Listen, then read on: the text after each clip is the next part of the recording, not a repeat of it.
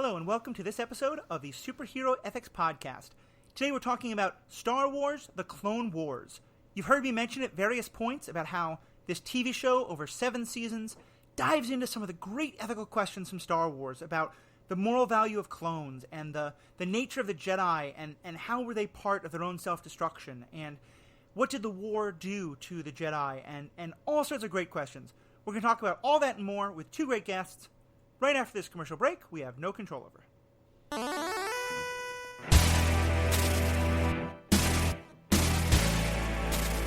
Welcome back. I'm Matthew S. Fox. I'm your host. Today we are joined once again, if you listened to the Star Wars episode a couple days ago, by Jonah Kellman and Paul Hoppe, 2 good friends of mine and big Star Wars enthusiasts like myself. What will be a couple of days ago for you, what was actually about 10 minutes ago for us, we recorded an episode specifically on the 7th season of the Clone Wars, more of a review kind of thing for the Star Wars Universe podcast. But we all wound up dancing around talking about how there were some great ethical questions that got raised in that last season, but really throughout the Clone Wars TV shows. So today I'm really excited for us to dive into all that. I only got a little bit of business to talk about. First, let me start by just welcoming our guests, starting with Paul first, who was our original co-host on this show, and who, along with me, did all those reviews of the Clone Wars last season, which you can find on the Star Wars Universe podcast, and I'm really glad to have back talking about this. Paul, how are we feeling tonight? Feeling pretty good. All warmed up from the previous podcast that was like, quote-unquote, 2 days earlier. I guess not that warmed up. Anyway. Yeah. And Jonah Kellman, a good friend of mine from the Magic Judge world, you may have often heard me, more on the Star Wars podcast, but also on this one, talk about some of the Star Wars books that I've gotten into. He's been a big part of pushing me in that direction. And he and I have also had some great conversations. He was a guest probably about a year ago or so on this Superhero Ethics podcast when we talked about the ethics of the Jedi and the Sith. So, Jonah, I'm really excited to have you back. How are we doing tonight? I am excited to share my opinions because, boy, howdy, do I got some. Yeah, we are... It is currently 11:30 at night, my time, 12:30 at night, Jonah's time. So hopefully that one factor is going to be what prevents this from being a 4-hour episode. Nope. Not to mention the fact that the person who has, for whom it is earliest, Paul Hoppe, is also the wimpiest and will need to go to bed the earliest. But I'm not going to bed then. I'm going to work then. Also legit. Point is, we're going to try and keep this episode to a manageable 75 to 90 minutes. We'll do our best to keep that. It might go longer, but that's what we're shooting for. Let me just do 2 quick things of business first. First of all, both this and the Star Wars Universe podcast are both part of the Stranded Panda Podcast Network. We recently added a new podcast to that network called PandaVision. It's a great chance for us to talk about TV shows that don't quite fit into a full verse, but really have some great things for us as superhero fans to talk about. So we've done episodes on The Boys. There are episodes coming out about the Umbrella Academy, since both of those shows are having new seasons coming soon. We're going to talk about a lot of other great shows on there. Please check it out. And if you give us a review on iTunes or anywhere else and leave us a 5-star review, you'll get entered into a chance to win a free t-shirt from the Stranded Panda Podcast Network. So if you want to leave listen and you don't love it as much and you want to give us less than 5-star review, of course, always welcome to. Let us know what you think. Also, really love reviews on this podcast and on the Star Wars podcast. But if you're able to give us a 5-star review, fantastic, and you'll get entered into a chance to win a free t-shirt. Last thing is that I'm happy to say this is our 99th episode. And so a week from the day... Actually, no, I'm sorry. The same day you're hearing this, later that day at 6 p.m., we're going to be live streaming on Twitch, the MCU Twitch channel, which all the links will be in the show notes and all over our websites. We're having a 100th episode where we're going to have a number of great guests, including Paul, as well as Matthew Carroll from the Stranded Panda Podcast Network, Becky Allen, Jessica Plummer, who've been recent guests and frequent guests, and the other co-host, Jacob Malicic, are all going to be with us on kind of a panel show type thing. I'm going to throw out questions, discuss all the sorts of great ethical questions we like with a great panel of guests. It'll be live streamed on Twitch at 6 p.m. on Thursday, July 16th. And also, it'll then go live the next week as our Superhero Ethics episode of the week. If you have ideas of, if you hear this and then in like the next 3 or 4 hours after that, you want to send in a question for us to think about, and talk about on that panel show, especially if it's about Star Wars, but anything else really, email us at superheroethics@gmail.com. We'd love to take your question and talk about it live on Twitch. And with all that out of the way, let's now actually dive into our main topic. So let's just kind of start with the Star Wars TV show itself. Star Wars itself. The Clone Wars TV show itself. What are your kind of thoughts on the show? Like, I know, Paul, you got me to watch it, and then Jonah, I got you to watch it. What do folks... What's kind of your overall take on the show and sort of how it fits into Star Wars and what you like about it? Paul, you want to go first? If you were kind of the patient zero? Sure. I mean, I watched I'd say my friend Adam got me to watch it, but actually maybe Chris. Yeah, it's a show passed from Star Wars fan to Star Wars fan, but I feel like it really expands the universe beyond the movies in a very effective, accessible way. It makes the whole idea of a clone army much more interesting and engaging than the wonderful prequel movie Attack of the Clones. And also then actually gives a lot of context towards the end for Revenge of the Sith. And to me, the thing that I originally loved most about it was that it felt like it actually told Anakin's story in terms of going from, a kid, or going from like Attack of the Clones to Revenge of the Sith in this sort of slide to the dark side, sort of slide in terms of what he thinks should be done or can be done, and then also the Jedi as well, in a way that the movies either can't or just don't do. Yeah. Yeah, I think that's a great point. I mean, just on the Anakin thing, like, in this, Anakin and Padme actually have chemistry.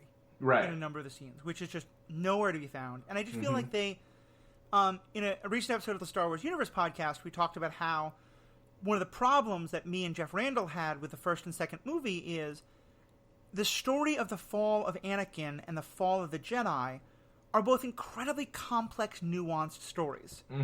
They're supposed to be subtle. They're supposed to be, like, told over time. And I think certainly doing it in a kid's movie is a huge mistake, but really doing it in any, like, just 6 hours of 2 movies is probably going to be very difficult. And doing it over the show like this, I think, was able to show it in much more detail and really get into, like, the moral grayness of it and, like, why it's hard to sort of say, like, who's the clear good guy. And, I mean, Sidious is a bad guy, clearly, but everyone else, there's much more gray in this show. Yeah, or just they're all evil, but we'll get to that. Everybody's terrible. They're all terrible. Spoken like Sith. Jonah, what about you? What's your kind of take on the TV show overall? So I'm somebody who came to the TV show by way of all of the Legends canon books, so I have a very deep and broad experience with the Star Wars universe outside of the movies. And I really like it for many of the same reasons Paul does. It's a very accessible way to tell more complex stories. I think one of the reasons it gets passed from one person to another person to another person is because some episodes here and there are a little rough. Yeah. The ones that feature Jar Jar Binksing around. You need somebody to say, it's worth it in the end. And exactly. It absolutely, absolutely is. One of my goals is to actually get a consolidated list of episodes that are worth watching, or maybe episodes that aren't worth watching, plus a view order. But that's a slightly larger project, so that you can just watch this, and it's just so good. And I think it has some of the more emotionally resonant moments of the Star Wars universe, including, I think, all of the films. Yeah, I think it's definitely true. And I'll say, I talked with you about watching it, and I also talked about people who are other co-hosts on the Star Wars Universe podcast, where we talk specifically about the Clone Wars, Riki and Sarah Hayashi. And I really enjoyed, little from you, but especially from Riki. The first season or two, I'd get these texts, and they're like, wait, really? I should be watching this? Really? And then as the show went on, they'd start to be like, okay, I get it. Oh, okay, this is really good. I remember, Matthew, you you kind of started and stopped a couple times, right? Oh yeah, I watched like halfway through the As first did I. season. You tried to talk me into watching it. I was like, this is garbage. And then it was only when I was in a not a great part of my life, and I didn't really have much to do. Right. I just decided to watch it in a fit of nihilistic hatred of the universe, and then wound up being really annoyed that I liked it as much as I did. But Jonah, I think you're really right, especially because to me, and this is why I'm so glad we're talking about this, Star Wars is really what started me on the idea of media getting into ethical questions, especially geek media. Because I've always found the Star Wars stories to be so incredibly rich. And I think there's a lot of that in the original trilogy, but the original trilogy is a little bit simplistic to some extent. I think there's a lot more depth than people give it credit for because it's harder to see. Mm-hmm. And I've always thought that one of the prequels, as clumsy as they are at least trying to get that. And not to even restart the whole debate again about the postquels, but part of why I personally love the eighth movie so much, Last Jedi, is because I feel like it really dives into some of these questions about, like, what if the Jedi were wrong? And to me, so much they were. Yes, agreed. To me, that all makes so much more sense if you've seen this TV show. Like, the number of people who I've known who have not liked The Last Jedi, I convinced them to watch this, and then they were like, oh my god, Last Jedi makes so much more sense now. Just because I think it brings in all these questions about, like, what were the Jedi doing wrong? Why did they fall? All this kind of stuff. Oh boy. Though you said we wanted to keep this to an hour or two. I don't think we can answer those questions in an hour or two. I know. We're going to try and keep this to kind of 3 general questions. And we're probably not going to cover any of them in the depth they require, since, again, it took 7 seasons of... So that's what? 20 episodes per season, 25 minutes per... Yeah, but Paul, some of those were about Jar Jar. Paul, you're a freakish math prodigy. How long is that? It's between like 50 and 70 hours, I think. Yeah. Depending on how long the episodes actually are. So, Jonah, you were starting to say something? We can skip the ones with Jar Jar. It makes it a lot faster to condense. Yeah. Like if we cut those out, cut out the ones that are just about the droids, that saves us some time. But yeah, I am ready. So let's get into some of the specific questions. And I think the first one, and I mean, it's right there in the title, and it's what I love about the show because it really gets into it in a way that the movies never did. The clones. What's your kind of take on what this show does in terms of, like, ethically exploring the nature of the clones? I mean, first off, it presents them as humans, which isn't done in the movies at all. Like, you have a little bit of Commander Cody, and he has a handful of lines of dialogue in Revenge of the Sith, and some of the clones in, like, Attack of the Clones say, go, go, go. But they're not humans. And in the show, you get to see Rex interacting with Anakin, you get to see Fives and Echo and Heavy interacting with each other. They aren't just props to build characters for the Jedi. They are characters in and of themselves. So this show does a lot to build them up, but it also gives you more of their history. What's the training for a clone like? We get to see that in the Clone Wars show. What happens when they're on their own away from the Jedi? We get to see what happens when they're left to their own devices. And I think it can tell a really powerful story. Yeah, I think both words in the title are fairly fraught, like clone and wars, right? I mean, these are... I would use the word people rather than humans. I mean, I guess they're humans. They're true. They're sentients. Right. But so... And not to differentiate them from people, but to basically just try to use a more inclusive word that includes all the different species that are regarded as people within the universe. And they're treated as people in the show. Sometimes. Which is great. Sometimes not so much. But I mean more by the show than by the characters in the show. Certainly some of the characters do not treat them as people. Nope. That's a big problem. And they're born into servitude, and they pretty much are all going to die in battle or of, I guess, old age at a younger age because of something about the cloning process doesn't give them as long of lifespan. They're essentially slaves, really. So I'd say growing a slave army and fighting an intergalactic war, I'm going to say not a good thing to do. Yeah. That's where I'm gonna come down on that side. You know what? I'm gonna agree with you after no consideration at all. You're correct. Yeah. And it's not just that they're born into it; they're grown for it. It's not like they're yes. We need an army, and these are there's an excess population. It's we need an army. Let's grow one so we don't have to sacrifice people that we actually care about. Right. People we actually have to pay or whatever. Here's what I love about science fiction is when it takes an actual issue in our real world and then says let's dial it up to 11 and take it to the logical extremes, because yes, our own world does not make clones and send them off to war as slaves. But if you want to say that we have a distinct underclass in this country who are cut off from lots of educational or employment opportunities and sort of raised to think rah rah, the military is the best thing you can ever do, and also it's your only real option, and then look at the way the military functions, the Clone Wars doesn't feel like it's completely written out of left field. It feels like what they're doing with the clones is kind of there's a lot of echo, especially when you realize this show was written mostly in the later years of the Iraq and Afghan wars, at the time when we were really starting to pay attention to just how problematic that whole situation was. And I think there's many ways with the clones, sometimes in interesting ways, sometimes in pretty heavy-handed ways, but where they're very clearly using the clones to kind of comment on the way soldiers are treated in our own world, and the way the fact that the children of the ruling class, very the people with money and the people with political power,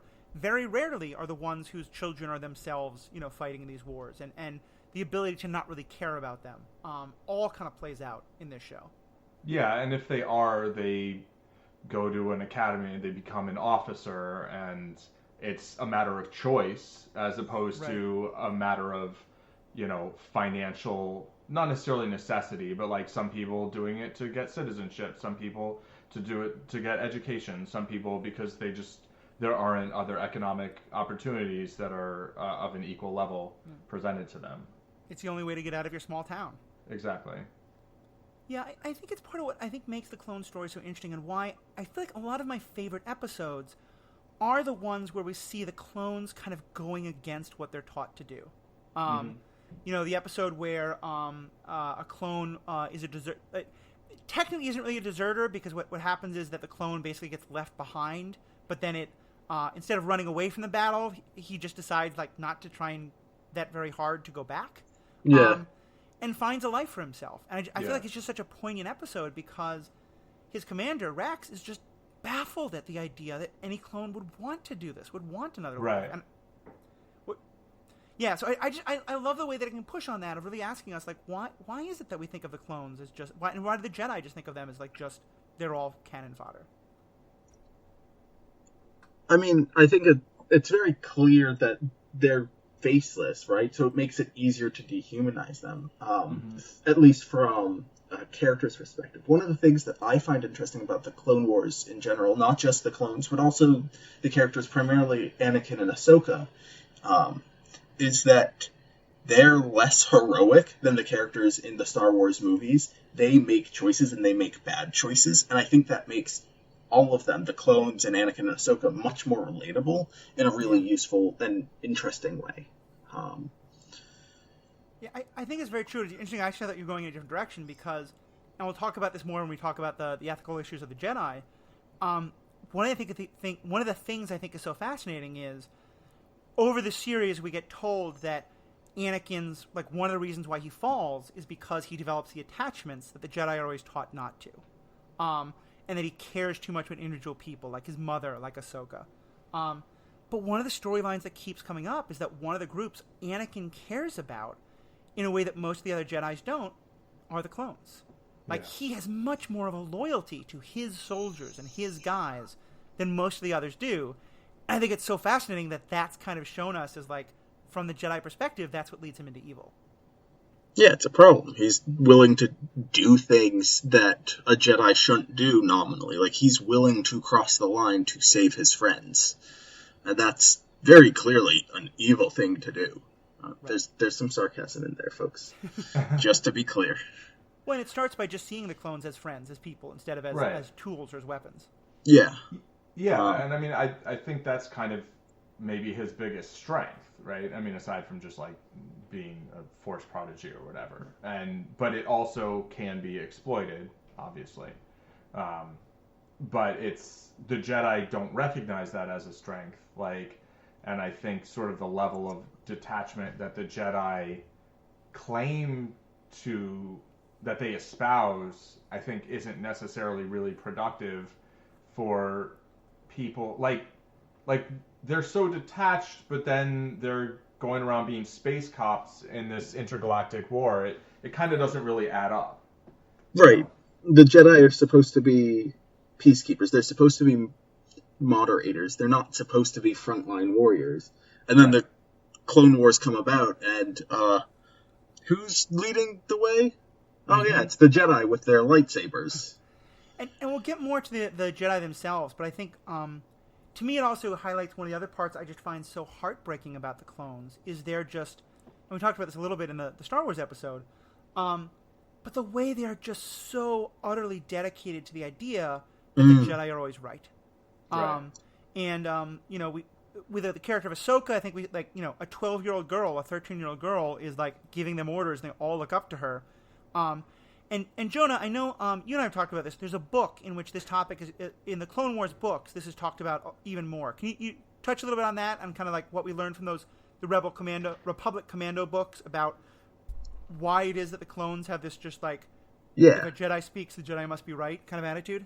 Yeah, so pulling from the Republic Commando books, which are in the Legacy canon, written by Karen Travis, commandos are clone troopers that have been trained in squads of 4 to do slightly harder missions. They do commando raids. And in the part of their training is the Jedi are great warriors. They know no wrong. They are your commanders, and you should always listen to them. That's just drilled into them.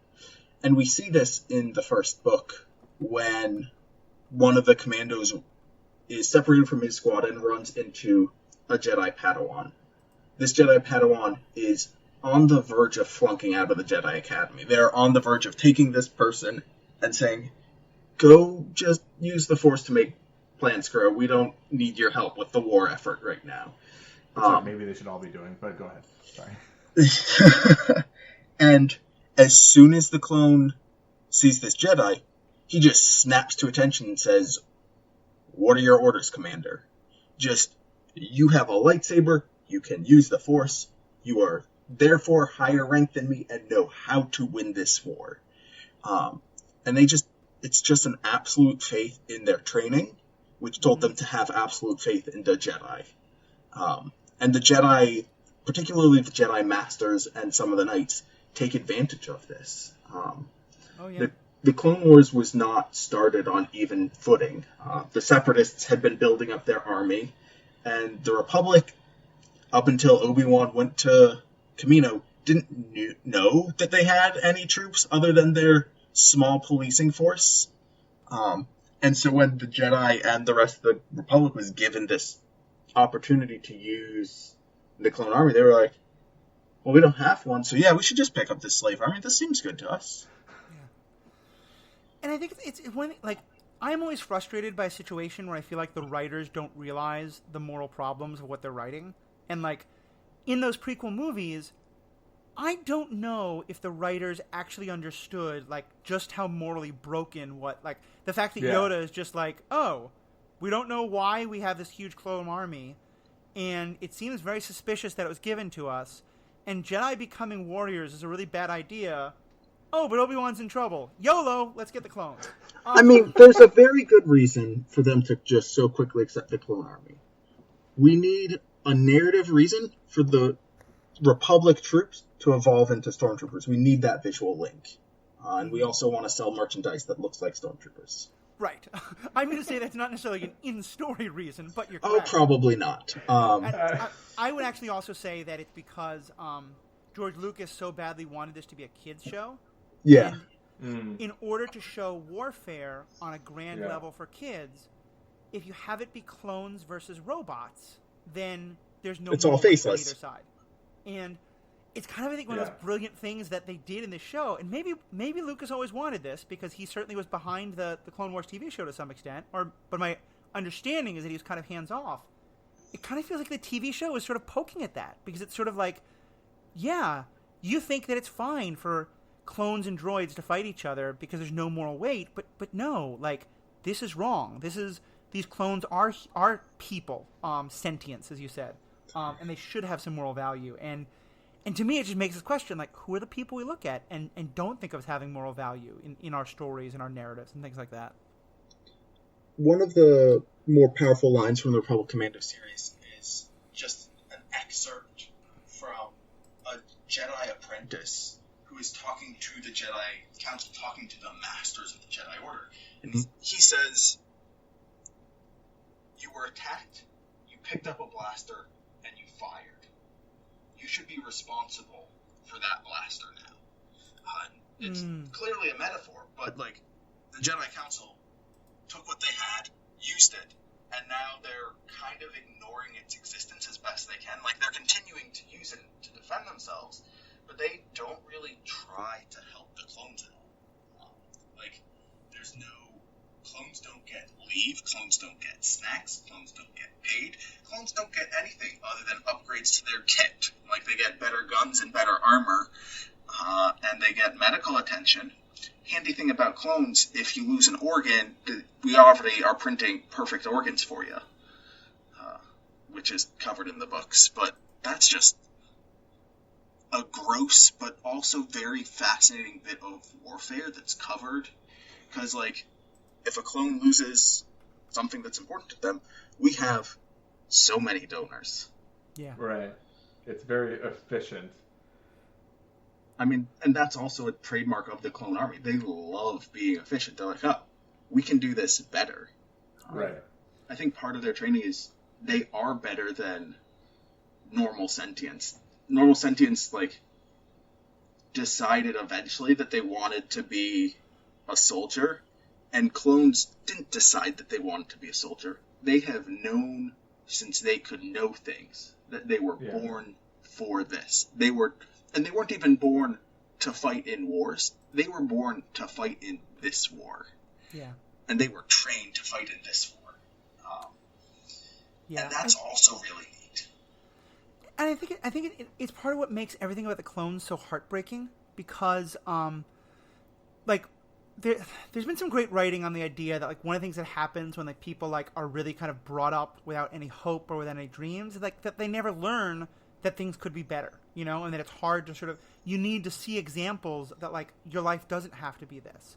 And to me, I think, like, it's one thing if you have a whole bunch of soldiers who are like, oh my God, the Republic treats us so bad, I can't stand that we're doing this, like, you know, the Jedis treat us like garbage.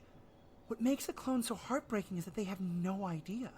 They think they're being treated wonderfully because they think this is all there is. And as the show goes on, more and more clones do start to question that. And then in the way that happens, I mean, this is just like a classic, like, you know, when you have siblings in an abusive situation, you know, if one sibling starts to say, like, maybe this isn't okay, the others are like, no, how dare you? You can't question this. Because if you question it, we might have to question it too. I have to question it. Yeah. And, like, go ahead. One of the powerful things that I think was, I'm going to quote from the books, but I think was also expressed similarly in the show, is a clone being like, I kind of pity non-clones. When you wake up in the morning, you have to make decisions. You question who you are day to day. I know exactly why I'm here. I know exactly what I'm doing. I never question my life. Yeah. And then things start to fall apart, and they do start to question their life and who they're loyal to and their friendships and their connections. And to go from perfect certainty to that sort of doubt is something that's really powerful to see. Oh, yeah. Imagined. When I remember that episode very clearly, and I remember when I saw it, the first thing that came to mind is an interview I saw. This was back when, like, there was still some thought that Russia was going to sort of become a democracy, but I think this was, like, when Putin was first running, and, like, the media was kind of confused why, like, Putin seemed to be winning, like, democratic elections to throw out democracy. And clearly he was, like, very, very, like, you know, not to get into Russian politics, but clearly there was some shadiness going on. But clearly, like, huge numbers of Russians wanted this. Mm-hmm. And there's one interview I saw with kind of like, you know, the Ivan in the street, and he was saying, like, listen, we under communism, like, we knew, you know, things were understood. Now I'm always making choices, and I always seem to be making the wrong choice, and it's terrifying. And I just want someone to make the choices again. And like so much people was like, no, that's so wrong. But I also understood, like, this is why someone like, a person who stands up and says, give me all the power, I'll make the choices. I'll tell you who the bad guy is. I'll tell you who to fight. Don't worry. That, yeah, especially for the clones who've never learned you're supposed to have choices. Like, yeah, it would be really easy to fall into that. And that just, it should hit so hard about why that kind of brainwashing can be so, so powerful. Yeah, it's like you get to be a kid again, kind of. Like, you're not responsible for your choices because they're not really choices. You just do. And that's one of the reasons I think it's so powerful that Rex is the, spoiler alert for the whole series, I guess, is like the clone who basically gets free will in the series and turns against the other clones in Order 66 and survives and goes off with Ahsoka afterwards. Is that he's the one who really kind of got to see how things could be different, right? Because he's the one in the deserter episode who who hangs out with the deserter for a while and sees, like, could have a life like this. Life could be completely different. And so, I'm sort of curious, like, what happens after that, after the series, in that regard. But yeah, choices. There's some studies that show, like, that the more choices people have, the less happy they are. I don't know how true that is. And that's not necessarily about massive things like that, but, like, if you have, like, 14 kinds of cereal to choose from as opposed to, like, 2 or whatever. But yeah. But yeah, there's definitely there's responsibility that comes with having choices, and it's, I think, probably even, like, once you change from, like, being in one situation to another, it's always hard not to, like, slip back, kind of. Mm-hmm. Yeah. As a quick aside, your Rex's story gets more fully explored or gets continued in Star Wars Rebels, so another reason to keep watching that. Not going to tell you anything more about it, but there is some more of that story. Yeah, I will keep watching that. I've heard that much, and I know there's hopes that he might show up somewhere else, I think. But yeah, definitely. So with that, again, we could do 3 full episodes just on the clones. But I do want to kind of respect time and cover everything we want to do. And it's obviously very tied in. But shall we move on to the Jedi? Yeah. Those. You mean the people who are pretty much like the clones? Jonah, let's see if you still have it committed to memory. Do you want to read out to us the Jedi code? Oh, give me a second. Okay. I don't have it committed to memory, but I can pull it up. Do you still have the Sith code committed to memory, or it was extra good timing last time? That was just good timing. So let us pull up that Jedi code. So, the Jedi code is, there is no emotion, there is peace. There is no ignorance, there is knowledge. There is no passion, there is serenity. There is no chaos, there is harmony. There is no death, there is the Force. And let me just say, that's a load of bunk if, say, you're fighting in the middle of a war, seeing people, well, first of all, there is no peace, there's a war. There is plenty of ignorance because you don't know what the enemy is doing. There is definitely a lot of passion and not a whole lot of time for serenity.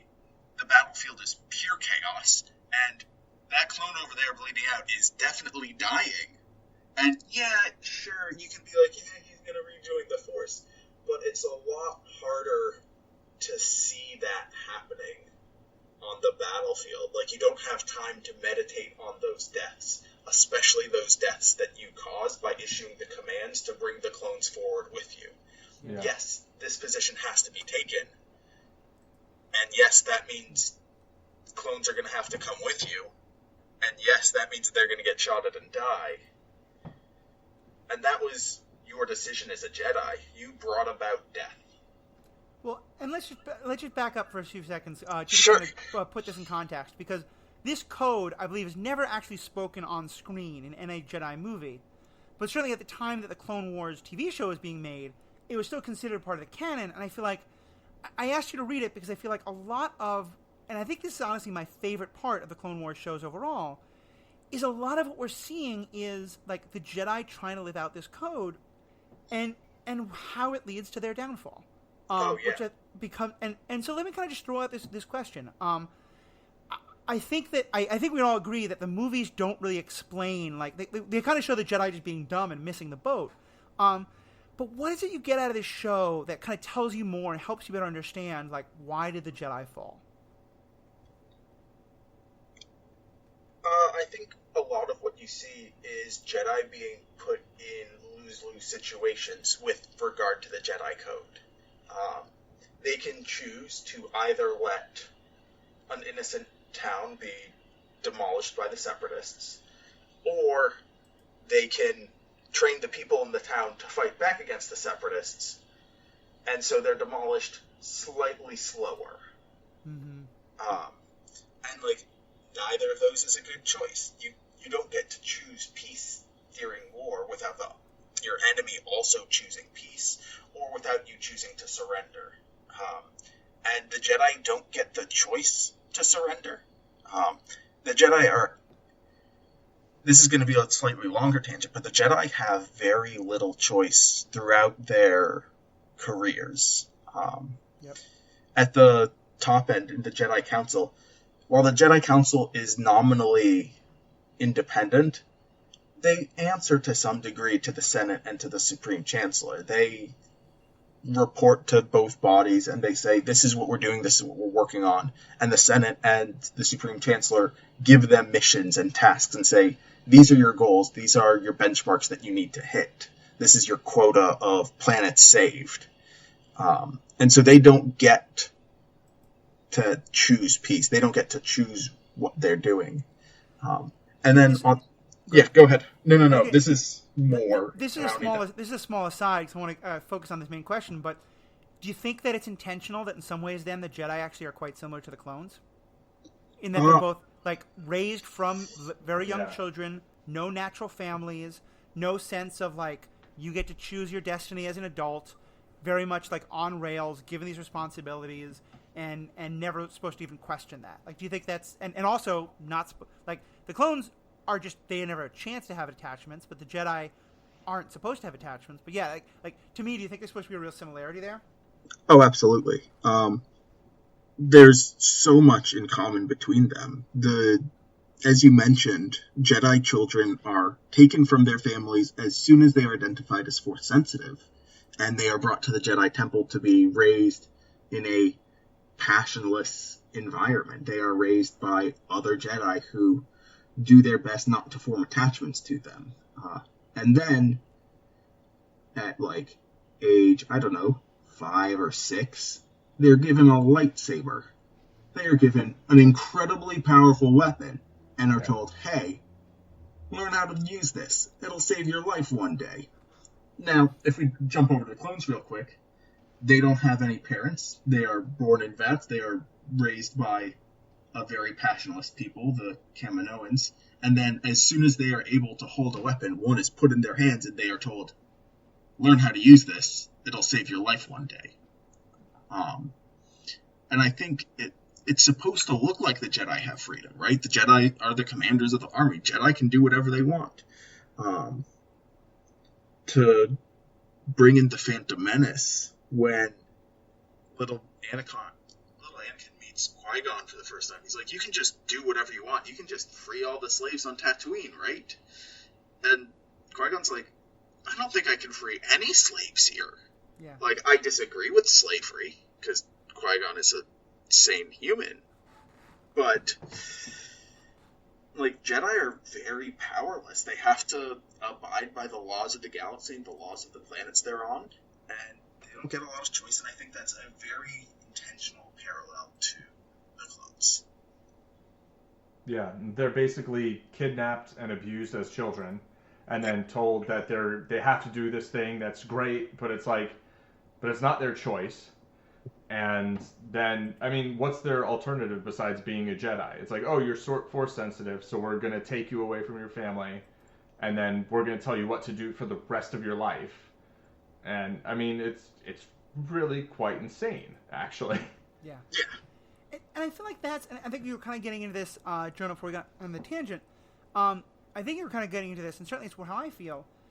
To me, what I love most about the show, more than anything else, is the way I've ranted in other times about how I like subtlety in my villains. And I like, I don't like mustache twirling. I like people who have real plans. And that what I see in the show is that the Sith, especially Palpatine, recognize that there are fundamental conflicts within the Jedi Code. That you're supposed to care for all these people but never get attached. You're supposed to be these great warriors but be servants of peace. You're supposed to be the most powerful beings in the world who everyone looks to but never develop arrogance. And that Palpatine's basically able to say, okay, let's create a situation where we're going to realize all the hypocrisy of the Jedi and all of the, all the ways in which that already isn't true, but especially when you create a situation of warfare, that there's no way it can stay true. Because I think part of what I think the show really shows is that, and again, I'll say this before, but it's part, I think Last Jedi really builds on this, is it shows how arrogant the Jedi have become. And that becoming generals, like you said, really builds on that. Having these hundreds of thousands of clones who look to them as these saviors, what does that do to you? That they become so focused on, their own knowledge and power that they're willing to say, oh yeah, this Anakin guy who we all think is a huge, terrible idea, let's have him hang out with Palpatine a lot, who we don't trust. Nothing could go wrong there, I'm sure. There's just so many times in the show where you see those, the Jedi kind of falling into this, arrogance, hubris, no longer really understanding what their role of peace is. And I think I really love, Jonah, the point you're making about how it seems like they don't have any choice, because, I'll talk about the war in a second, there's a lot of scenes where there are senators, especially Padme, who are really wait, do we have to fight this war? Should we be fighting the war? And the Jedi are never able to question it. In their minds, nope, the Senate has said we should fight this war. It's not peaceful. We have to win. Yeah. And I mean, you can kind of understand why some of them become Sith, because it's it seems almost like they have a binary option, right? It's you can be a Jedi and continue to be a Jedi and do all the Jedi things, or you can go to the dark side and maybe that's different. I don't know. The third option really is you just leave and you're yeah, I'm just gonna do me, and maybe wander the galaxy or whatever, which seems like a good option. I would probably go that way. But. There's a reason that we have a cliche of if you grow up in a super repressive home where you're told never touch alcohol, never touch your own body, let alone the body of someone else. And then you get to college, you get to some other situation where you can go crazy. You go really, really crazy. Right. And I think the Jedi are a great example of that. Here's an interesting thought. What would have happened if instead of having a clone army, the Republic used conscripts, or not conscripts, but volunteers? They're just volunteers. We need an army who is willing to fight with the Jedi in this war. Because then you have people who weren't brainwashed to just always trust the Jedi. You have people who are volunteering to work with the Jedi who have experience with them. I can't remember the name of the sisters from Ahsoka's arc in season 7. Martez, I think it is. Martez. Yeah, the Martez sisters. They and their family would never have signed up to fight with the Jedi. Right. And they would have told their friends, don't sign up to fight for the Jedi. That seems like a terrible idea. And then if the Jedi start behaving poorly or behaving out of principle, the people who have real life experience, real galactic experience, can say, hey, this isn't how a Jedi is supposed to act.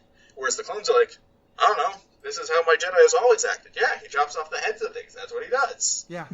Most of the time it's droids, but sometimes it's, separatists. Yeah. All right, proceed. I think that's a great question. I think it gets to the heart of this, because I think if it had been an army of conscripts, real people who the Jedi could recognize the humanity of, that they wouldn't have done this. They would have caught themselves before falling this far, because they would have been wait a minute, no, we can't just throw these lives away. We have to ask more questions.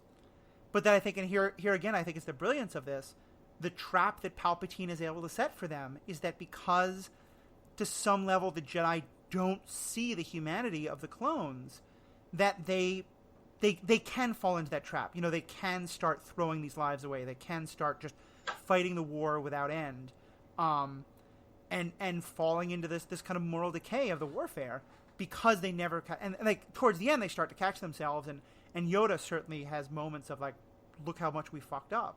But yeah, I think you're right. I think it had to be clones for that reason. I think one of the interesting things that we see, in the comparison between the clones and the Jedi is their experience with the outside world. The clones have been raised on Kamino and then sent to battlefields, and then from the battlefields they go to their barracks that look like the barracks on Kamino, and then to ships to battlefields, to ships to barracks, to ships to battlefields, to ships to barracks. And they have no experience of the outside world. When you look at the Jedi, they see the Jedi Temple to ships to Jedi Temple to ships to Jedi Temple to mission to Jedi Temple. And they also don't get to see the outside world. The number of Jedi who go out and work on their speeder or like go to the mechanic shop and talk with somebody who isn't force sensitive about how they like flying. That's just not an experience Jedi have, and that's not an experience clones have. Yeah. And that's yet another tie between them. And it makes it even more disturbing that the Jedi are so prepared to take these people who have no life experience, like themselves, and just use them for whatever purpose they see fit. They're just like, I need somebody who can shoot at robots. Let me get these folks on the line. Yeah. No questions asked. Well, I think, I totally agree, but also, like, the Jedi kind of have no real context for understanding what anything else is. But, I don't know, the question is, like, this war is fairly new, right? Yeah. Yeah. What were they doing beforehand? And, like, how are they so prepared to fight this war if there was it? Were there wars, like, battles and stuff going on before all the time? Generally what would happen is that there would be a conflict between two planets or two forces on a single planet, and the Jedi would go in as moderators, as unbiased representatives to mediate a peaceful resolution.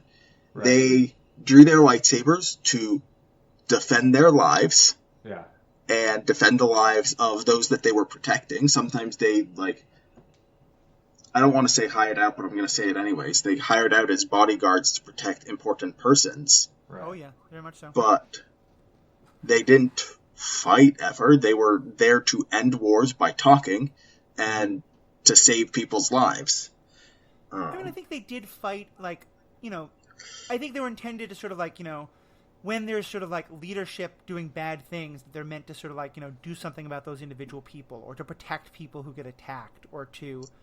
protect people that are attacked, yes. I don't think the former. I don't think they were there to deal with problematic leadership.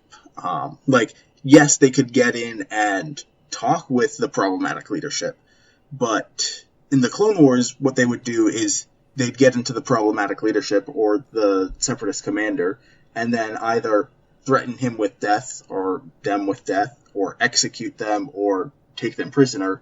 Whereas before the Clone Wars, they would get in and say, this is the stance of the Republic, stop what you're doing, or else you'll face economic sanctions. Let me ask you this. Do you think Qui-Gon and Obi-Wan's behavior in The Phantom Menace is in line with what the Jedi are supposed to do? Or do you think they're overstepping their bounds? I think that they were entirely in line. If we look at that, step one was they showed up for negotiations. As Qui-Gon said, the negotiations were short. Yes. And then they realize there's a dignitary who is being threatened and in danger of losing her life. We're going to save her so that she can say her piece to the Senate and represent her planet. And that's their entire thing. They are there to negotiate and then act as bodyguards. At no point while they did act in offensive, like they were the aggressors at times, that was to get to be able to protect Padme. Yep.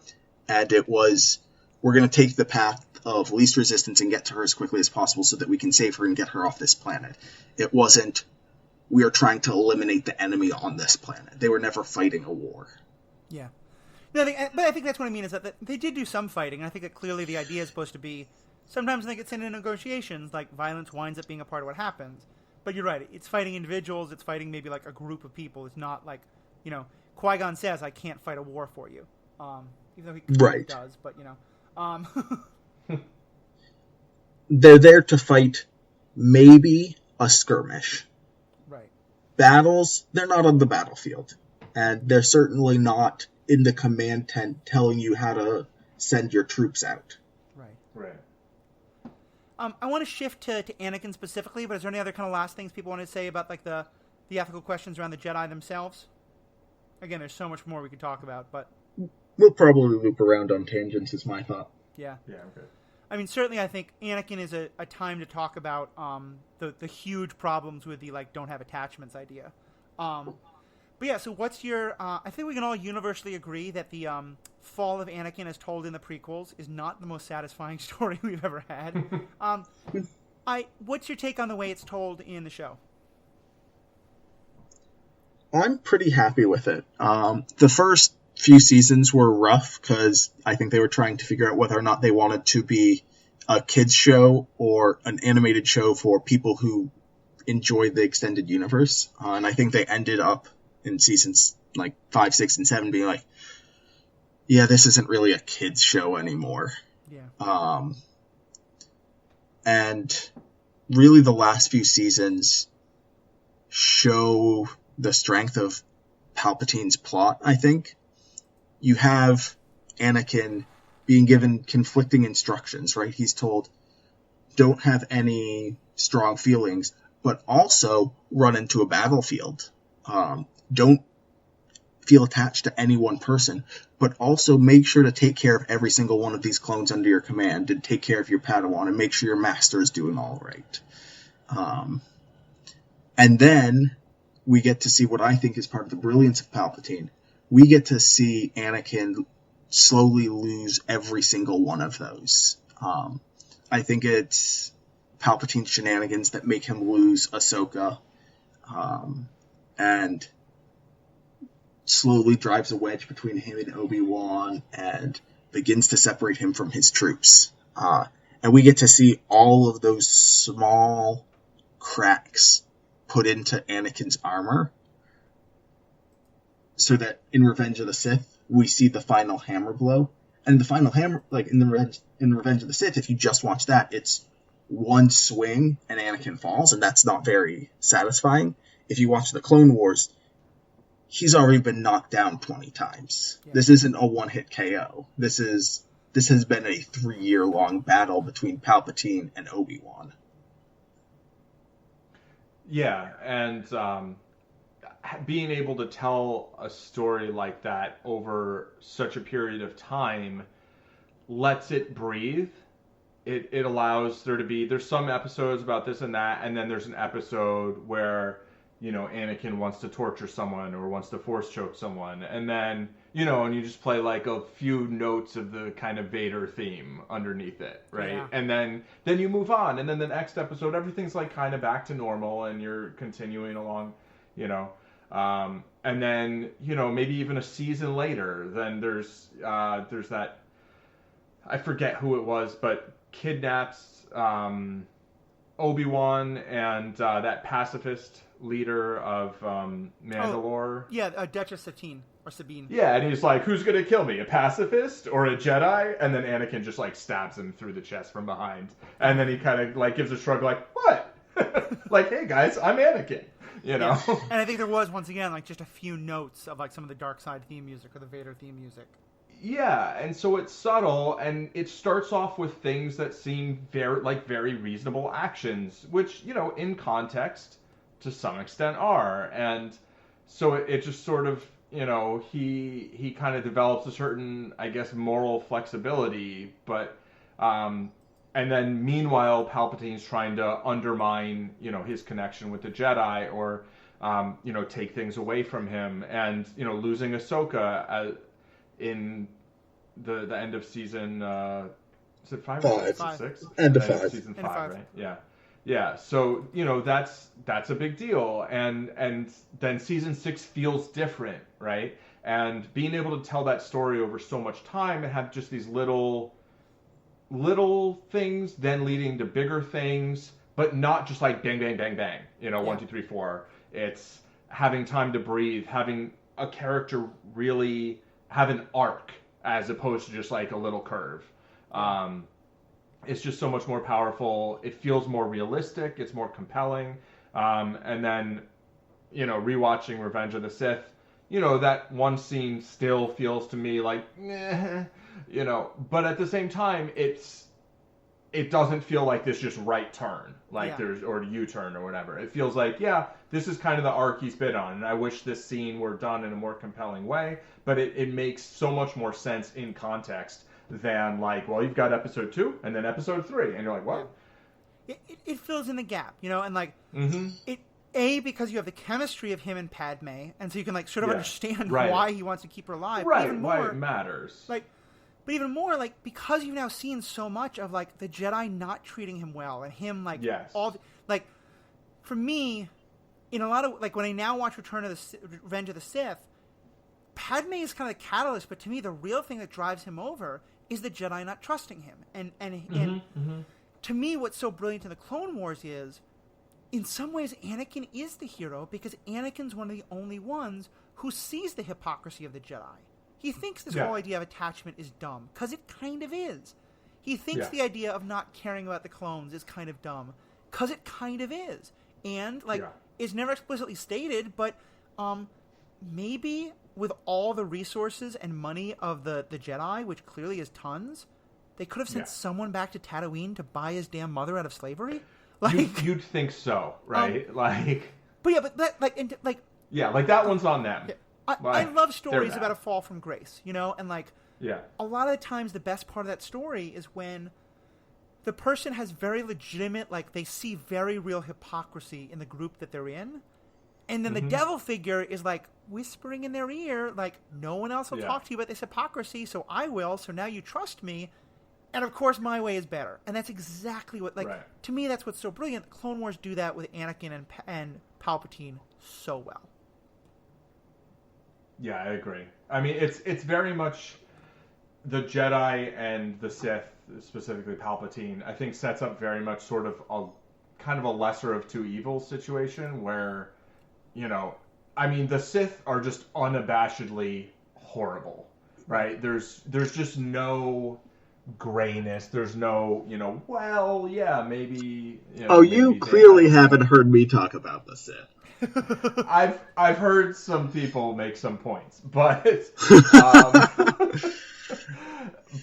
but I think they're clearly horrible. But when I also think the Jedi are horrible, and I guess they're less horrible, but to me it feels a lot like, I don't know, maybe certain electoral politics where you're presented with a choice between really horrible options, and sometimes people focus on how bad one is, and then they're like, whatever, I don't even care how bad the other is. I'm just, and that doesn't mean that there's not a difference. I mean, there's definitely a difference between the Sith and the Jedi, but the idea there is no chaos, there is order, it's that actually sounds kind of Sith-y to me. Yeah.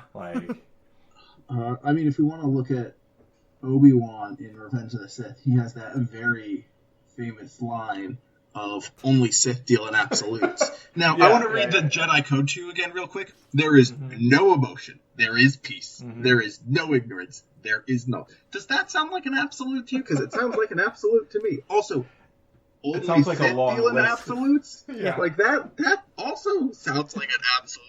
Jedi deal in long lists of absolutes, not just single absolutes. Except for that one about and let's I use that to get into one of my other favorite parts of this series, especially in terms of how it relates to this whole idea of attachment. I love that we learn it'd be one thing if you were like, nope, all the Jedi, if you're raised as Padawans, you never attempted, everything's perfect. It's just that Anakin is totally fucked up because he was raised too late. But we learned in the show that Obi-Wan was deeply tempted.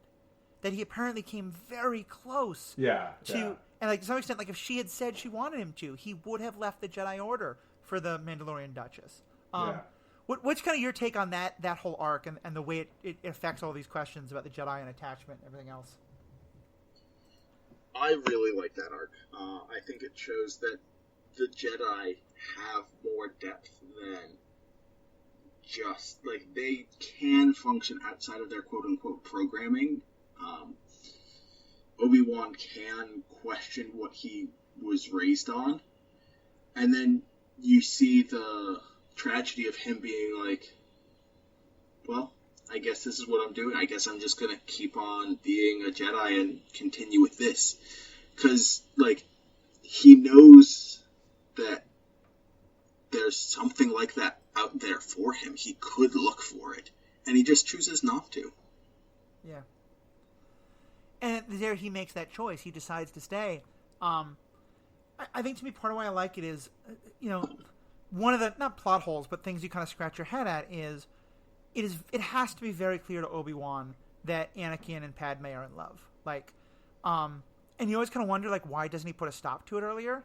I don't know if this is me headcanoning, but I kind of like the idea that maybe part of it's because some part of him, the whole thing with the Duchess kind of made him think maybe the attachment thing isn't true, and he kind of, like, he has some sympathy for Anakin, and he can't, like, the idea of making Anakin make the choice that he made, like, he can't bring himself to do that. Yeah. I mean, if we, again, from the scene on Mustafar, Obi-Wan says, "You were my brother." Like, Obi-Wan clearly is deeply, deeply attached to Anakin. Yeah. Yeah. Anakin is his best friend in the galaxy. Yeah. And, like, Obi-Wan clearly doesn't ascribe to the whole no attachment deal. And so I don't think he forces that on Anakin, because Anakin's clearly attached to Ahsoka and clearly attached to Padme. Yeah. Yeah. And Obi-Wan expresses some emotion in that scene. Like, yeah. Some passion. There is no serenity there. There is passion. Yeah. I think part of what it gets to is that, like, there's just so much hypocrisy. Like, maybe the Jedi at one... Because you're right. Like, that code is all absolutes. And you can't really follow a set of absolutes. Like, it's just... It's not possible. Like, there's so much moral complexity in life. And I feel like so much what the show is getting at is, like, yeah, the rank hypocrisy within the Jedi that they have these absolutes that they're not living up to, but that they keep holding Anakin to. And that's just what drives him crazy. Yeah. I think what's interesting is looking at the Sith code. They only have one absolute there. Or, I mean, it's some contingencies, but they start with peace is a lie, there's only passion. And then through passion I gain strength, through strength I gain power, through power I gain victory, through victory my chains are broken, the Force shall set free me. And, like, we start with one absolute, which is absolute peace isn't true. There is, you have to care about things, is the basis of the Sith code. And I'm not saying that the Sith are good guys, to be clear. But it's a much more solid foundation for a belief system. Yeah. Because it's talking about how you can grow and become stronger, and how you can empower yourself, whereas the Jedi Code is limiting.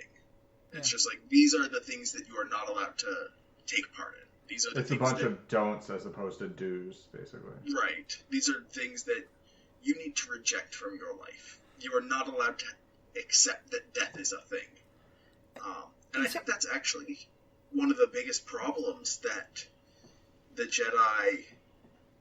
Like, that's one of the things that pushed Anakin away from them. They're like, look, your mother's death doesn't matter. She's with the Force now. And he's like, hold up.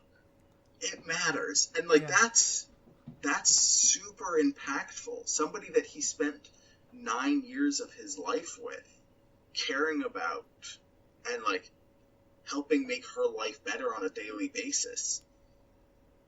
Being told, oh, she's with the Force now, is so incredibly dismissive of his pre-existing feelings. Yeah. The Jedi basically offer him thoughts and prayers. Right. And Palpatine doesn't. Palpatine acknowledges that pain, and he kind of said, and he kind of says, "Good, good that you did what you needed to do," because he's the only one who listens to Anakin. The other thing I was going to say, just on what you were saying, Jonah, is do you think it's fair to say that, and this is ironic given how deceitful the Sith are in everything they do, but that in the Code at least the Sith seem far more honest. Like they're much more like, we're not going to hide, we're not going to tell you that we're perfect people. We want power, we want control, and we're strong enough, we get to get it. Like that, like it doesn't justify it. I still think they're awful, but like, do you think it's fair to say that they feel more honest than the Jedi do? Oh yeah, I mean the Jedi Order is all about deceit. Like the Jedi Order presents a perfect. There are so many factions within the Jedi. In the extended universe, there are Jedi talking about why they're fighting the war, and there's some who don't fight, and they're the Grey Jedi, and they're Jedi who have fallen to the dark side, and they disagree about how people should be trained and all sorts of things. And they say that they're peacekeepers, and then they go and fight wars, and there's just a lot of deceit in the Jedi. Now, that's not saying the Sith don't also have deceit, but I think the Sith are deceitful towards others and true to themselves, by and large. And the Jedi try to be honest to others, but at their found, they deceive themselves in a lot of ways. Yeah, I think that's fair. I think they're lying to themselves about who they are. And the thing is that it's presented as, I mean, the Jedi kind of presented as this like binary, like either you're a Jedi or you're a Sith. But there are points where we see all these other Force users. Right. I mean, not a ton, but there's a lot of other things. The only reason that most Force users are either Jedi or Sith is because the Jedi go around kidnapping all of the Force-using children, Force-sensitive children, right? So, like, they've basically just made that the case. Right. And they're like, it's our way or the Sith way. And it's like, well... And yet they acknowledge, like, Count Dooku leaves the Jedi Order. Right. Obi-Wan talks about, like, I could have left the Jedi Order, but decided not to, but I could have. So, obviously, that option's there. One of the things, this is more on the Jedi than on Anakin, but I think it kind of just fits into all we're talking about. One other way in which I feel like this story helps to fill in like a gap about the world building that didn't make sense, that just fits into all this ethical stuff we're talking about, is the Jedi believe that they are the keepers of peace and goodness in the galaxy, peace and justice in the galaxy. And one of my thoughts always was, and part of one of the problems I had watching the Clone War, the movies, was why is it that the people of the Republic are so willing to say these people who we have, like, our children have been taken away from us, and we're, like, proud to have our children be part of this mighty group of warriors, and they are the peacekeepers, and everyone loves them. Why are the people so easily like, oh, nope, now they're the enemies again? And I feel like part of what the show does, again, subtly, they don't focus on it much, but they give you elements of, is showing us those places in which, because of the Jedi becoming so arrogant and so hubristic, like, that's not a word, but, full of whatever it is. Yeah, it is. Yeah, okay, it's a word. Okay. It's a word. Sure. Because of that, the people kind of, like, watching the Clone Wars, it makes it really easy for me to think, like, that the people would be like, the Jedi are kind of like, of course the Jedi would want to take over. Of course the Jedi would want to kill Palpatine. All they want is their own power. Because the Jedi have played right into the hands of that stereotype.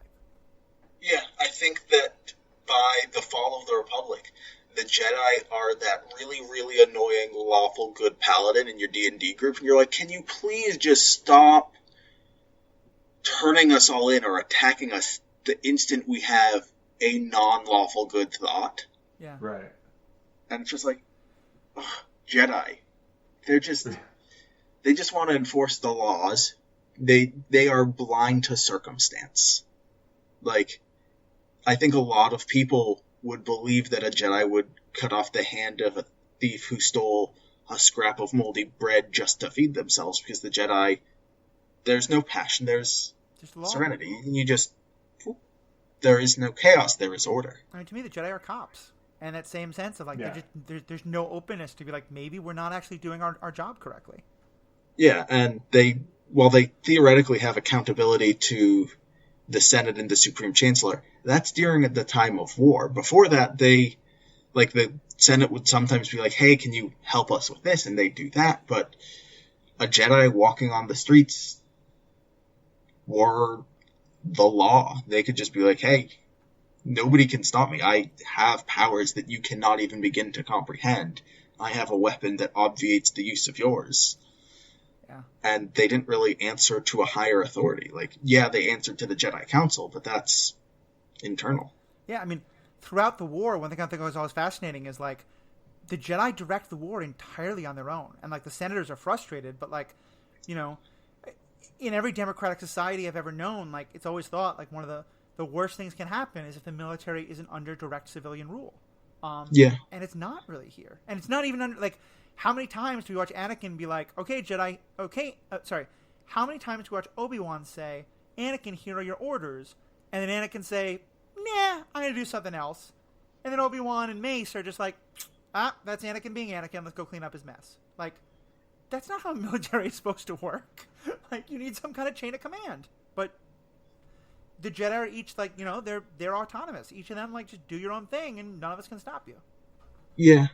In the Extended Universe Legacy or Legends Canon book Shatterpoint by Matthew Stover, a book mostly about Mace Windu, it talks a little bit about his apprentice, Depa Billaba, who is a Jedi Master in her own right and a member of the Jedi Council.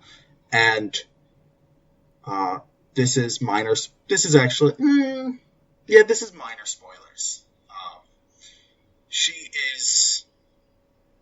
She almost falls to the dark side, and she is fighting for a group of people who have allied themselves with the Separatists. She is literally fighting against Republic troops. And you know what happens? She gets captured, brought back to the Jedi Temple. They talk to her, and then they give her a new apprentice. They're just like, don't fight against the Republic again, that was bad of you. She led a guerrilla war against them and got no punishment. And the Jedi are like, yeah, we're here to keep the peace. Yeah. And just totally trusted. Like, well, you're a Jedi, I'm sure you'll do the right thing. Yeah. There's one more point I want to make about the Jedi, and then I want to move on to the discussion of the war. And, Paul, this is going to involve a fairly major spoiler about the rebels that you haven't gotten to yet. So what I'm going to suggest is, Paul, would you be okay, like, just hitting mute for a little bit, like a minute or two, and then I'll text you and you can unmute? Yeah, I'll go eat some chocolate. Okay. Muted.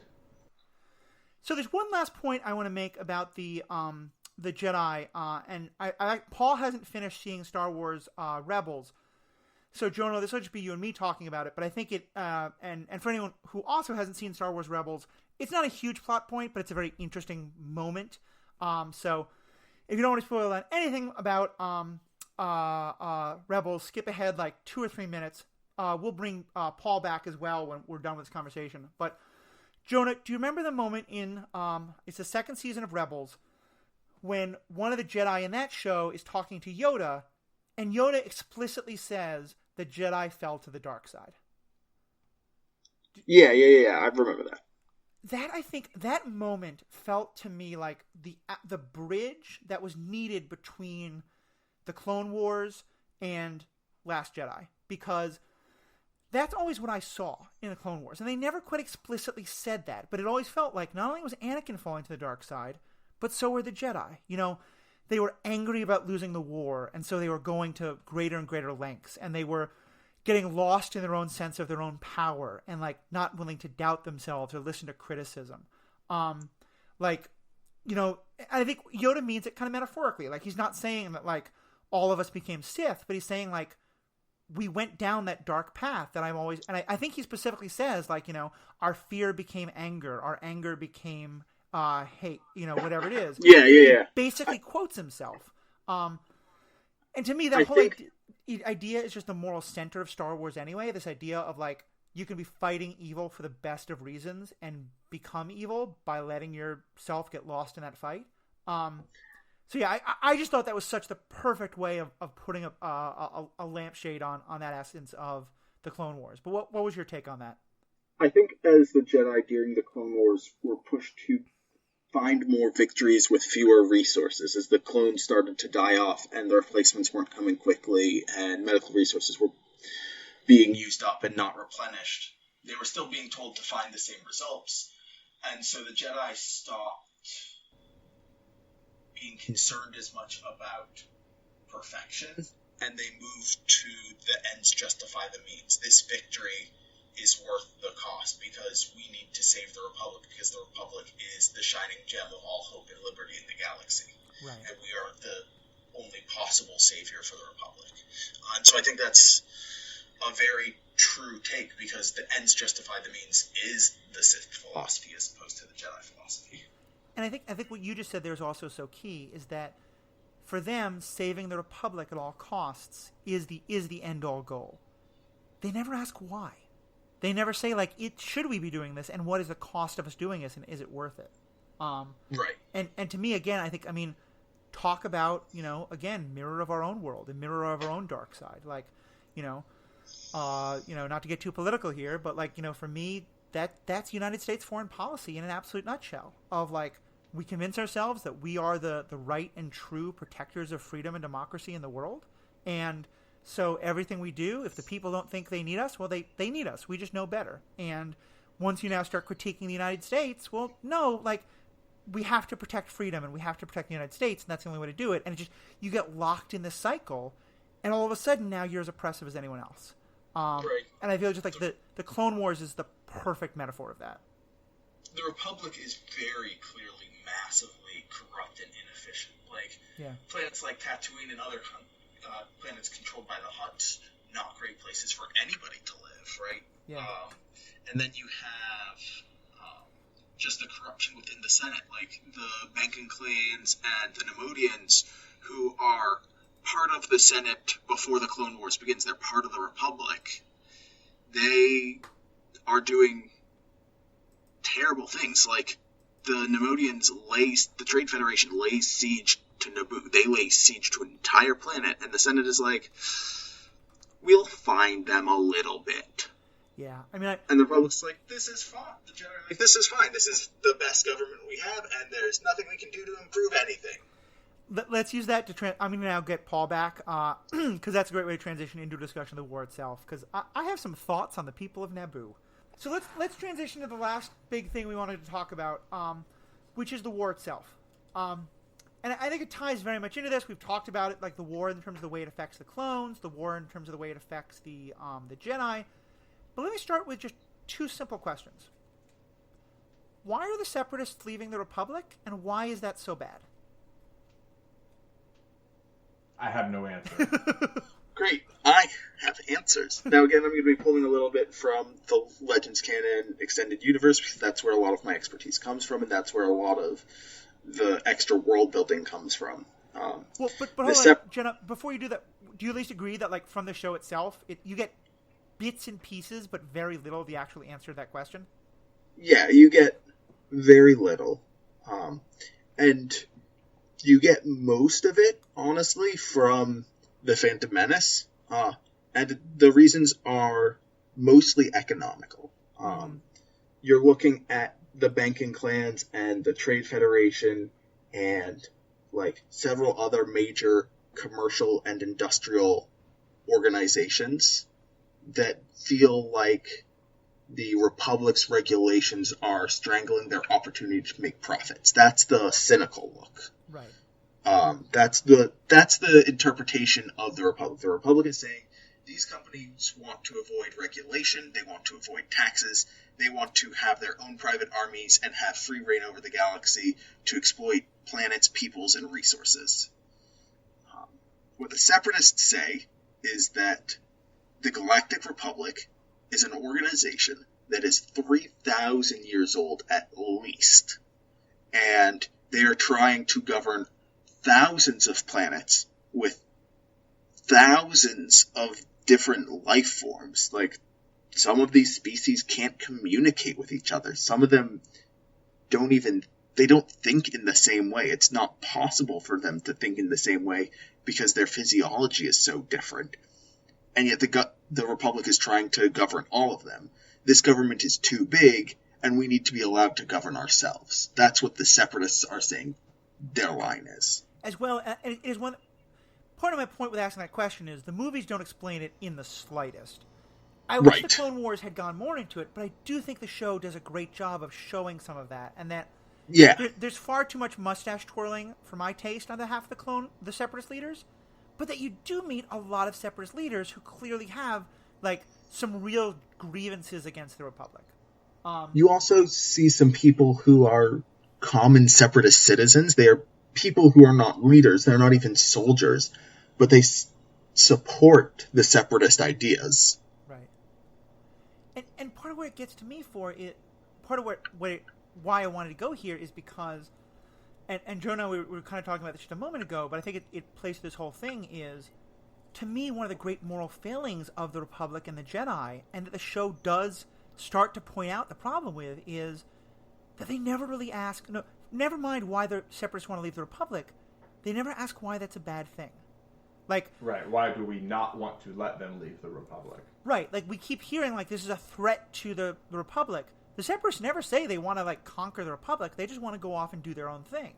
And I feel like if they ever said like, yeah, and it'll be so terrible for the poor living under the Separatist Republic, we have to stop that. But like, there's none of that. It's just the Republic is great. The Republic is grand. We have to save the Republic. And to me, that's just such a like microcosm of everything that's wrong with the Republic and the Jedi.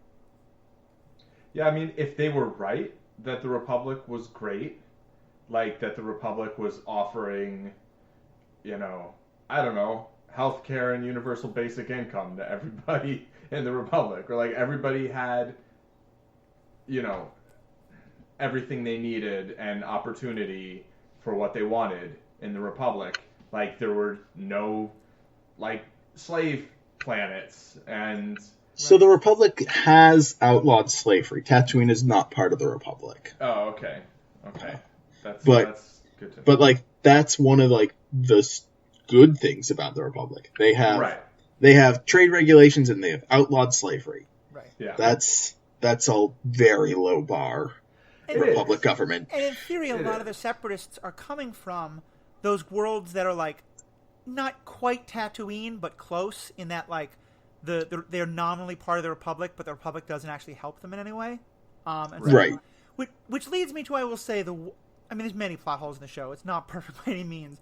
But I think the one problem I have with the whole setup of the war, let's imagine that you were a small planet and you got invaded by a whole bunch of people who basically are just trying to take over your planet so they could control, let's say your trading routes. And you were a good member of the Republic, and you went to the Republic and said, please send Jedi and help us fix this. And then you went to the Senate and said, hey, our planet's being invaded. We're part of the Republic. This is your job. Please send an army to help us drive these people away. And the Republic said, we got to discuss this in committee, and we got to talk about it for a long time, and we can't really help you. And you're only really able to save your planet by pretty much doing it yourself with maybe the help of those two Jedi who didn't really want to be there in the first place. Why in the world is Naboo not leading the Separatist coalition? Right. Like, who else has a bigger reason to say, like, the Republic is fundamentally corrupt, it's not helping us anymore, we have to leave? Well, their queen's dating a Jedi, so... not the queen anymore, the senator now. Oh, the democratically elected queen who became a senator. Right. Is there a different queen after her? Yes, there is. Okay. So I think their method of government very confusing. Yeah. One of the things that is up with Naboo is that, they certainly don't want to join the Separatists, because the Separatists are like, yeah, we're just going to take your planet and take away all of its resources and turn that into profit for us. So they don't want to join the Separatists for that reason. I can see them wanting to have their own faction. And you can kind of see that in what Padme's doing. She's trying to reforge the Republic to be a better place. She's trying to get them to make decisions faster and to put harsher sanctions on the Trade Federation so they can't have a droid army as part of their, like, company package. And I think what's happening with Naboo is that they're working within the framework that's available to them. Yes, she would love it if there was a government that was more able to help her cause. She knows it's not the Separatists, and I think Padme is an idealist who believes that the majority of the senators want what's best for the galaxy at heart, and she gets a little bit of that with Bail Organa from Alderaan, who's another idealist, and they work together a lot, and they're like, yes, we can make a change. Yeah. And I agree with you there. Like, putting aside my thoughts on what I wish Padme and Naboo was doing, I do like that there's a number of episodes, starting as early as season 2, where Padme and Bail and some of the others are the ones asking, like, why do we have to fight? Can't we let negotiations work? Can't we try diplomacy? Because I think, and that to me, that's kind of the ethical thing here, is that it's, to me, this is the kind of idea of how war can generate its own momentum and its own gravity. And like, I was reading a book about World War I, and how so much of what happened was that, like, once everybody was at war, if you settled peace without winning, that would mean admitting that, like, you've told your people that you have to win or else everything will be a failure. So if you have peace without that, then you have to admit that you were wrong. And I kind of feel like that's what's happening here. The Republic is stuck in the same thing, and the Jedi very much of, we can't doubt. How much treasure, how many lives have we wasted on this war? We can't just accept that maybe this is okay. We have to win. Yeah, they're like pot committed, basically. Yeah, that's a great way of putting it. Any other kind of last thoughts on the army, the war, and what the war kind of shows us in terms of the ethical questions it raises? Yes, I have them, but they're coming. Okay. Oh. It'll take a minute. Oh. So feel free. For me, I basically say that, I think what the Separatists want is unclear in the series. Why the Republic doesn't want the Separatists to leave is unclear in the series. In the movies, it seems that the whole Separatist movement is basically sparked by Sidious, and he's basically trying to manipulate them into being an enemy for the Republic so he can militarize the Republic and get it used to being a more, he's basically trying to build a military-industrial complex and then seize war powers, essentially, and get people within the Republic to just accept a higher level of authoritarianism. And so it very much feels like a manufactured war that might have been manufactured based on some existing grievances. Right. And the Jedi are basically fools who fall for it and go ahead with using, a clone army, basically a slave army, to fight a war that doesn't necessarily make that much sense. Yeah. So in summary, everybody's horrible, but the series is good. You should watch it. And I appreciate that, like, towards the end of the show, like, Yoda and some of the other top Jedi acknowledge that. Like, they acknowledge, like, yeah, we were fools. Something has gone terribly wrong here, and we want the war to end, but we need to break this cycle. Right. They're like, what are we doing? How did we get to this point?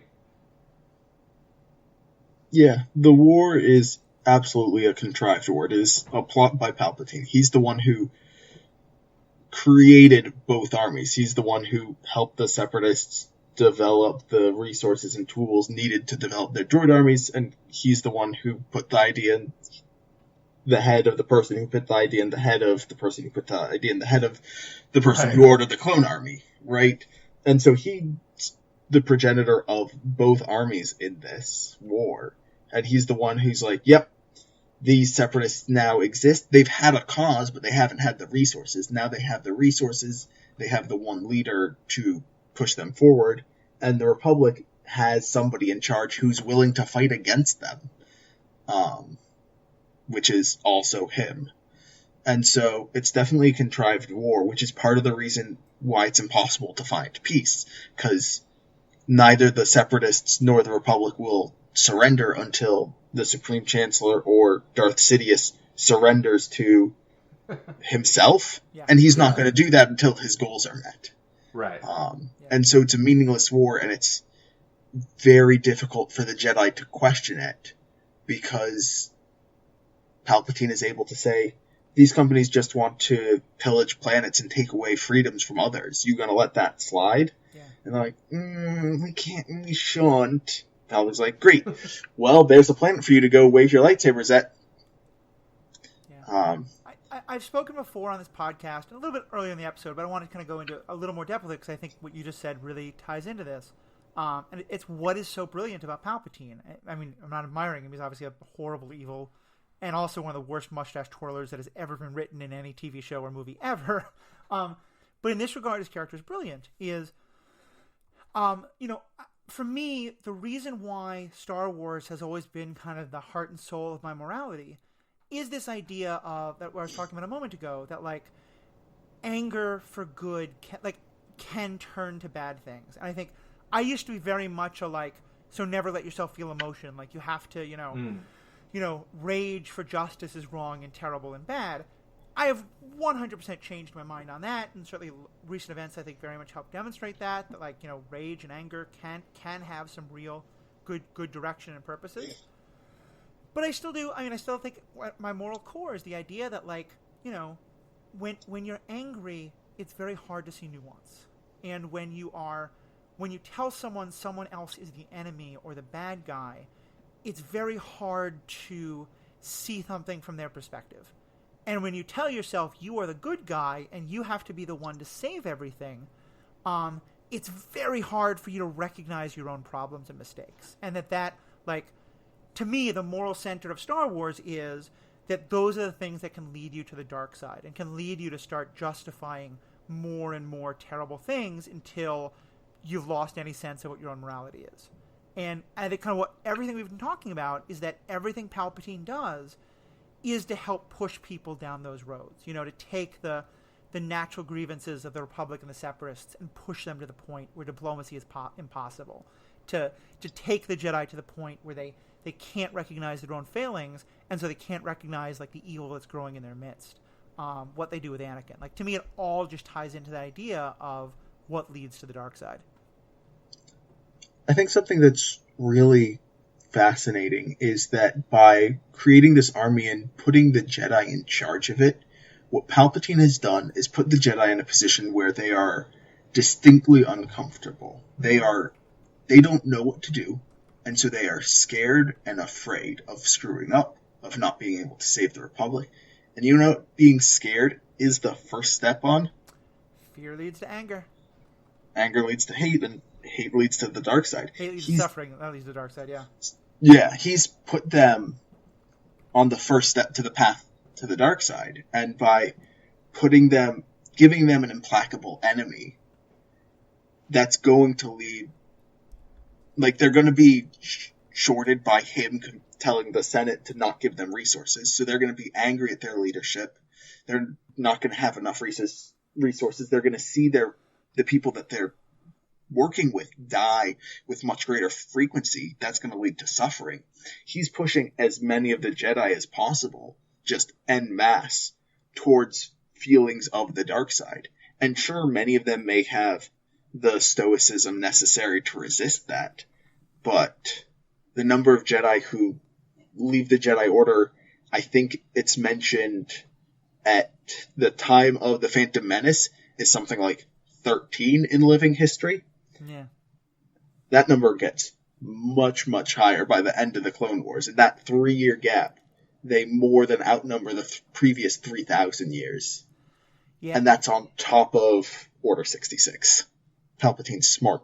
Yeah, Jonah, I think it's a great point. I think it really ties into how this is all chess pieces being moved on the board. And we talked about how we kind of wished that there was just Order 66 got its own season, even.